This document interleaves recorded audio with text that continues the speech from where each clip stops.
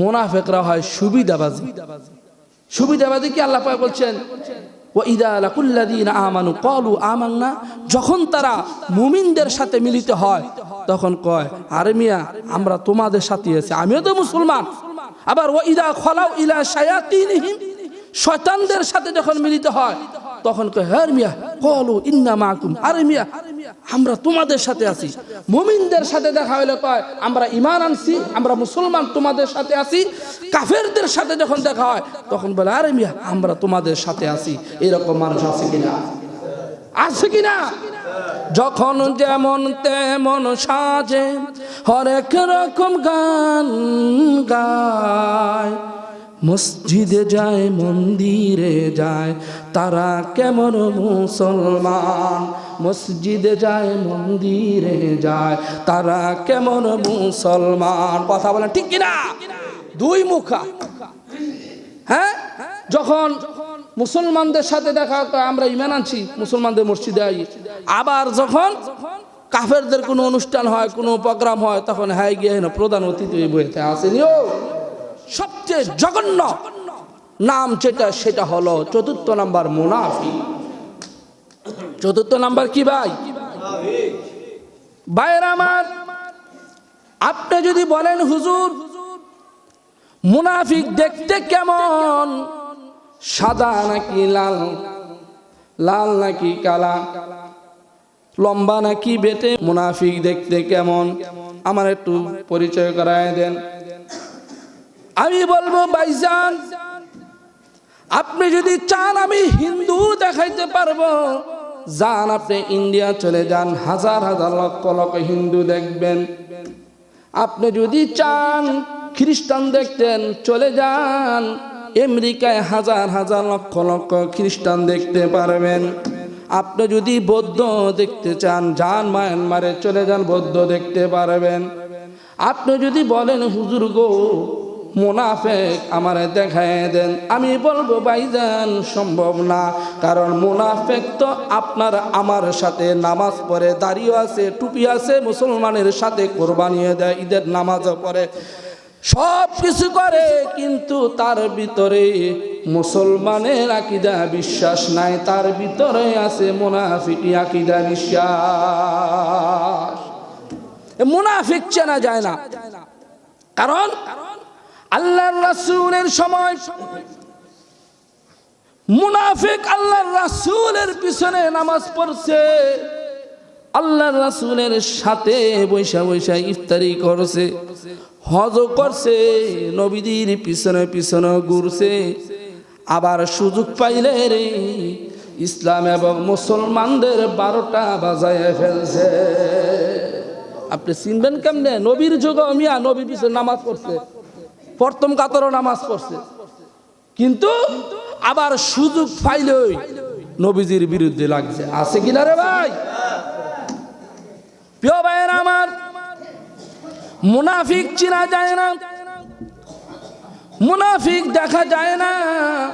তবে আমার আল্লাহ পাক রব্বুল আলামিন মুনাফিকের কিছু গুনাগুণ, খারাপ গুণের কথা আমার আল্লাহ বর্ণনা করেছেন সূরাতুল বাকারার শুরুতে। আমার আল্লাহ রব্বুল আলামিন বলছেন, ও দুনিয়ার মানুষেরা শোনো, মুনাফিকের প্রথম গুণটা কি?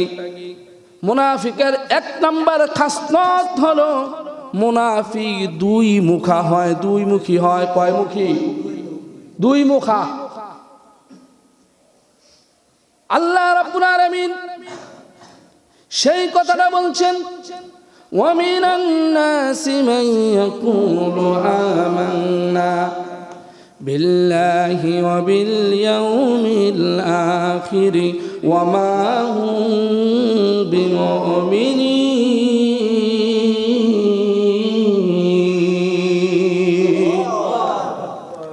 আল্লাহ রাব্বুল আলামিন বলছেন মুনাফিক চিনো। ওয়া মিনান নাসি মান ইয়াকুলু আমান্না বিল্লাহি ওয়া বিল ইয়াউমিল আখির। আল্লাহ পাক বলছেন মুনাফিকের প্রথম খাসিয়ত হলো তারা দুই মুখা হয়। তারা বলে আমরা আল্লাহর প্রতি ঈমান আনছি এবং পরকালের প্রতি ঈমান আনছি, আল্লাহ বলেন তারা মুখে বলে ঈমান আনছি ওয়া মা হুম বিমুমিনিন, কিন্তু তারা মুমিন নয়, তারা হলো মুনাফিক।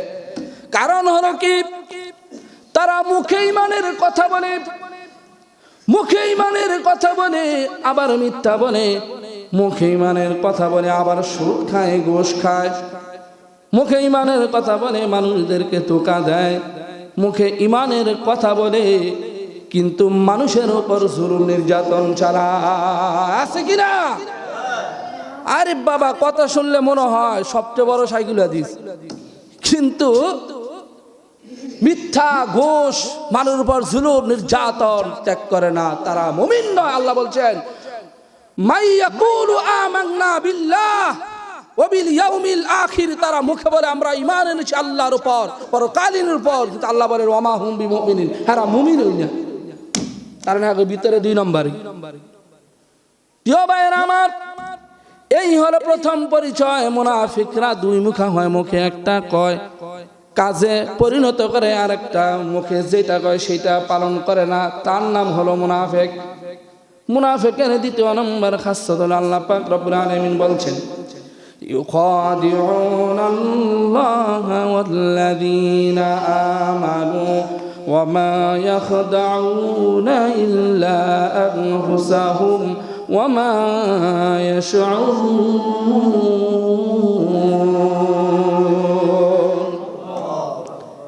আল্লাহ রাব্বুল আলামিন বলছেন মুনাফিকের দ্বিতীয় নম্বর খাসিয়ত হলো তারা হয় ধোঁকাবাজ।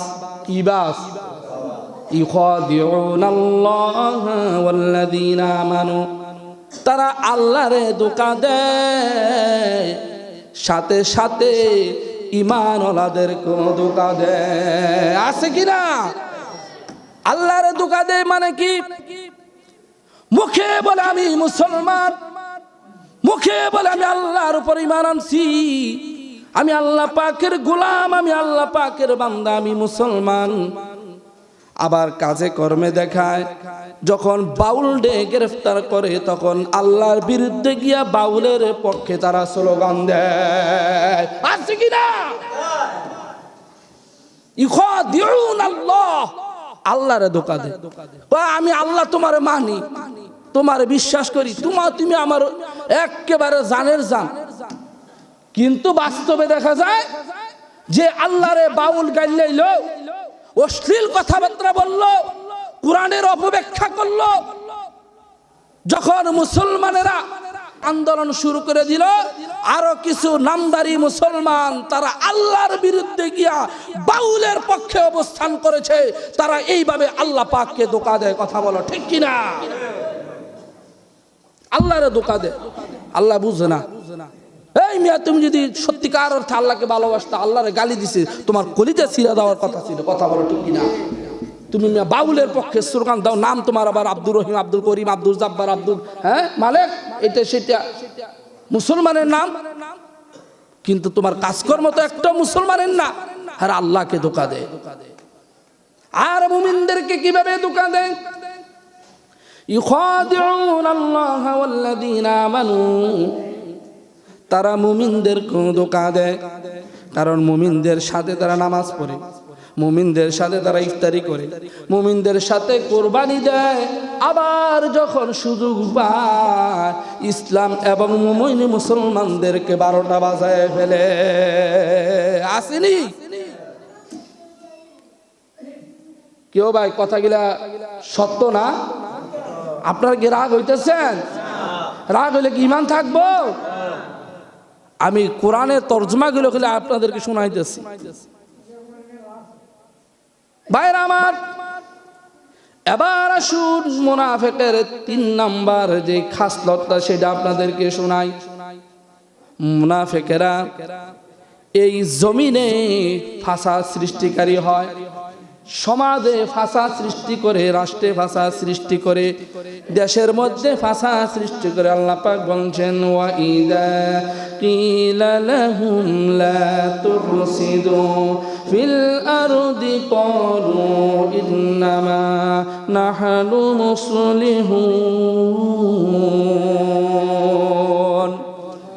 মুনাফিকদেরকে যখন বলা হয় ভাইজান, সমাজের মধ্যে বিশৃঙ্খলা করবেন না। সমাজ সুন্দরভাবে চলতেছে, দেশটা সুন্দরভাবে চলতেছে, রাষ্ট্রটা সুন্দরভাবে চলতেছে, বেজাল করেন না, জ্ঞানজাম লাগায়েন না।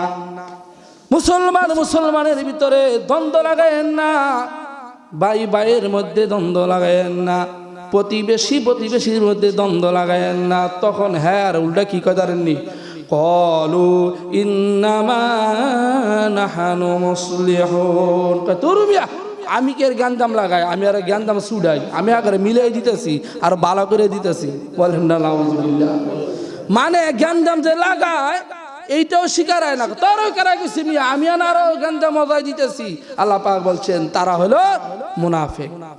তারা রাষ্ট্রে, সমাজে, দেশে, ঘরে ঘরে অশান্তি সৃষ্টি করায়, কিন্তু তারা স্বীকার আসে না। তারা বলে আমরাই ঠিক আছি, আমরাই ঠিক আছি। আল্লাহ পাক বলছেন এই গুণটা হলো মুনাফিকের গুণ। আবার চতুর্থ নাম্বার গুণটা বলি ভাইয়ের আমার, চতুর্থ নাম্বার গুণ হলো ওয়াইদা লাকুল্লাযীনা আমানু ক্বালু আমান্না ওয়াইদা খালাউ ইলা শায়াতিনহিম ক্বালু ইন্না মাআকুম ইন্নামা নাহনু মুস্তাহজিউন।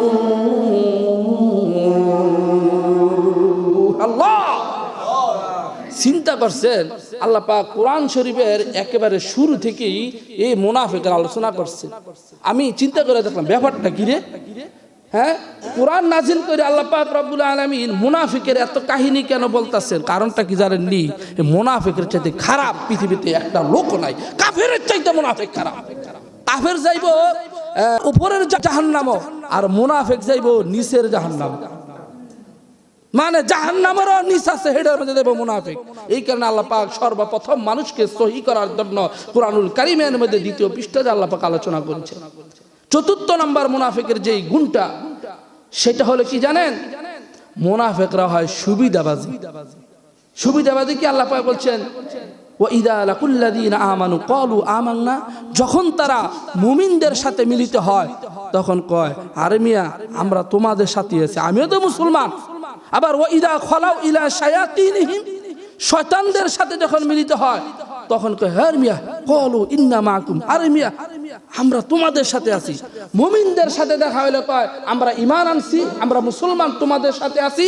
কাফেরদের সাথে যখন দেখা হয় তখন বলে আরে মিয়া আমরা তোমাদের সাথে আছি। এরকম মানুষ আছে কিনা? আছে কিনা?